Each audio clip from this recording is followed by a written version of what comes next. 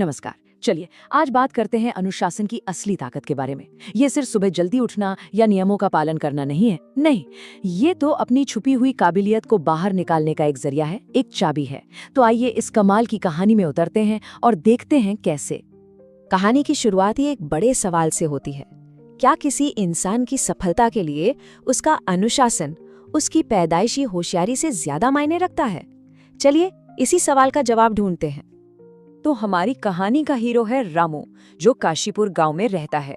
रामू में टैलेंट की कोई कमी नहीं थी, लेकिन बस एक चीज, एक आदत उसे अपनी पूरी ताकत इस्तेमाल करने से रोक रही थी।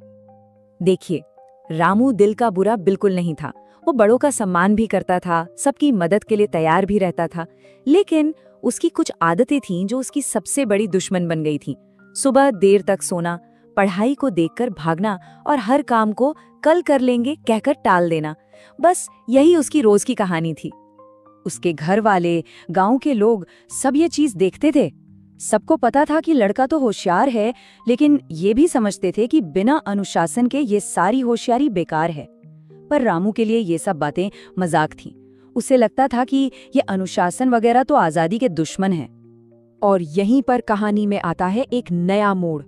गांव में आते हैं एक ज्ञानी गुरु, आचार्य विश्वनाथ, और उनके आने से कुछ ऐसा होता है जो रामू के सोचने का तरीका हमेशा हमेशा के लिए बदल देता है। एक दिन क्या हुआ, रामू ने गुरुजी को बच्चों को सिखाते हुए सुन लिया। गुरुजी कह रहे थे, अनुशासन ही सबसे बड़ी ताकत है। ये शब्द रामू के दिमाग में अटक गए। क्या सच में? क्या अनुशासन पैसे, ताकत या बुद्धि से भी बढ़कर हो सकता है? ये सवाल उसे इतना परेशान करने लगा कि वो खुद को रोक नहीं पाया और सीधा गुरुजी के पास पहुंच गया। गुरुजी बस मुस्कुराए। उन्होंने सीधा सीधा कोई जवाब नहीं दिया, बल्कि उन्होंने रामू के सामने एक छोटी सी लेकिन बहुत गहरी चुनौती रख दी। और यही चुनौती रामू की इच्छा शक्ति का पहला इम्तिहान बनने वाली थी। तो बस यहीं से रामू का असली संघर्ष शुरू हुआ, बाहर किसी से नहीं बल्कि अपने ही आलस के खिलाफ। सुबह जल्दी उठने की एक छोटी सी लड़ाई जो असल में बहुत बड़ी थी। अगली सुबह जैसे ही पहली किरण फूटी, रामू के मन में एक जंग छिड़ गई। एक आवाज कह रही थी, अरे सो जा, क्या फर्क पड़ता है। तो दूसरी आवाज याद दिला रही थी, नहीं, गुरुजी को वचन दिया है, उन्हें निराश नहीं कर सकते। ये तो हम सबके अंदर की लड़ाई है ना। बहुत हिम्मत करके जब रामू आखिरकार गुरुजी के पास पहुंचा तो उन्होंने इन शब्दों से उसका स्वागत किया। गुरुजी ने उसे समझाया कि ये जो तुमने सुबह बिस्तर छोड़ दिया, ये कोई छोटी मोटी बात नहीं है। ये तो तुमने अपने सबसे बड़े दुश्मन, अपने आलस पर पहली जीत हासिल की है। इसके बाद गुरुजी रामू को अपने साथ खेतों की तरफ ले गए। वहां का नजारा देखकर रामू हैरान रह गया। सूरज अभी ठीक से निकला भी नहीं था और किसान अपने अपने काम में जुटे हुए थे। कोई हल चला रहा था, कोई बीज बो रहा था। सब पूरी लगन से मेहनत कर रहे थे। उन किसानों को दिखाते हुए गुरुजी ने समझाया, बेटा, यही अनुशासन है। ये सिर्फ कोई नियम नहीं बल्कि अपने काम के प्रति ईमानदारी है, समय की इज्जत है। इन किसानों की सफलता का राज उनकी रोज की यही मेहनत, यही अनुशासन है। उस दिन रामू को अनुशासन का असली मतलब समझ में आया। तो पहला सबक तो मिल गया था, लेकिन असली चुनौती तो अब शुरू होनी थी। देखिए, ज्ञान ले लेना एक बात है, पर उसे अपनी आदत बना लेना ये सबसे मुश्किल काम होता है। और रामू की यात्रा का ये सबसे कठिन पड़ाव था। रामू ने अपनी जिंदगी में एक एक करके बदलाव लाने शुरू किए। उसने एक रूटीन बनाया कि रोज सुबह सूरज उगने से पहले उठना है, पढ़ाई का एक पक्का समय होगा और खेलने और काम करने में एक बैलेंस होगा। यहाँ तक कि उसने खाने और सोने का भी एक टाइम टेबल बना लिया। पर क्या ये सब आसान था? बिल्कुल नहीं। कभी कभी नींद उसे वापस खींचती तो कभी उसके दोस्त उसका मजाक उड़ाते थे, कहते थे, क्या यार रामू, बूढ़ों की तरह हर वक्त टाइम टाइम करता रहता है। उसे बाहर के लोगों से और अपनी पुरानी आदतों से, दोनों से एक साथ लड़ना पड़ रहा था।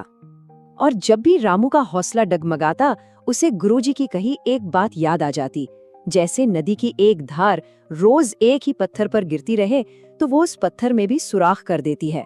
अनुशासन भी ठीक वैसा ही है। ये एक दिन का जादू नहीं है, बल्कि रोज की छोटी छोटी कोशिशों का नतीजा है। फिर समय बीतता गया। रामू अपनी कोशिशों में लगा रहा दिन ब दिन, और कई सालों बाद उसकी इस लगातार मेहनत का नतीजा सबके सामने था। एक ऐसा बदलाव जिसकी किसी ने कल्पना भी नहीं की थी। जरा इस बदलाव को देखिए। कहाँ वो लड़का जिसे गांव में सब आलसी कहकर बुलाते थे, और कहाँ अब वो काशीपुर का सबसे पढ़ा लिखा और इज्जतदार नौजवान बन चुका था। जो पहले काम से भागता था, अब वो गांव के बच्चों को पढ़ाता था, और लोग अब अपनी मुश्किलों में उससे सलाह लेने आने लगे थे। अब गांव वालों की बातें भी बदल चुकी थी। अब वो कहते थे, रामू की असली ताकत उसकी होशियारी नहीं बल्कि उसका अनुशासन है। वो समझ चुके थे कि बुद्धि तो पहले भी थी, पर उसे सही दिशा और ताकत तो अनुशासन ने ही दी। अब कहानी अपने सबसे अहम मोड़ पर पहुंचती है, जहां रामू और गुरुजी की आखिरी बातचीत इस पूरी यात्रा का निचोड़ हमारे सामने रखती है। तो सबसे बड़ी सीख क्या है? गुरुजी ने रामू को समझाया कि तुमने आलस और मन की चंचलता की सबसे बड़ी लड़ाई जीत ली है। यही वो शक्ति है जो किसी भी आम इंसान को खास बना देती है, उसे असाधारण ऊंचाइयों तक ले जाती है। और आखिर में गुरु विश्वनाथ ने सबसे गहरी बात कही। उन्होंने कहा, मैंने तो बस रास्ता दिखाया था, उस पर चले तो तुम खुद हो। अनुशासन कोई तोहफा नहीं है जो कोई किसी को दे दे। इसे हर इंसान को अपने अंदर खुद ही पैदा करना पड़ता है, खुद ही बनाना पड़ता है। रामू की कहानी असल में आलस की जंजीरों को तोड़ने की कहानी है। और ये कहानी हमें ये सोचने पर मजबूर करती है कि हमारी अपनी जिंदगी में वो कौन सी आदतें हैं, अनुशासन की वो कौन सी कमी है जो हमें वो बनने से रोक रही हैं जो हम बन सकते हैं।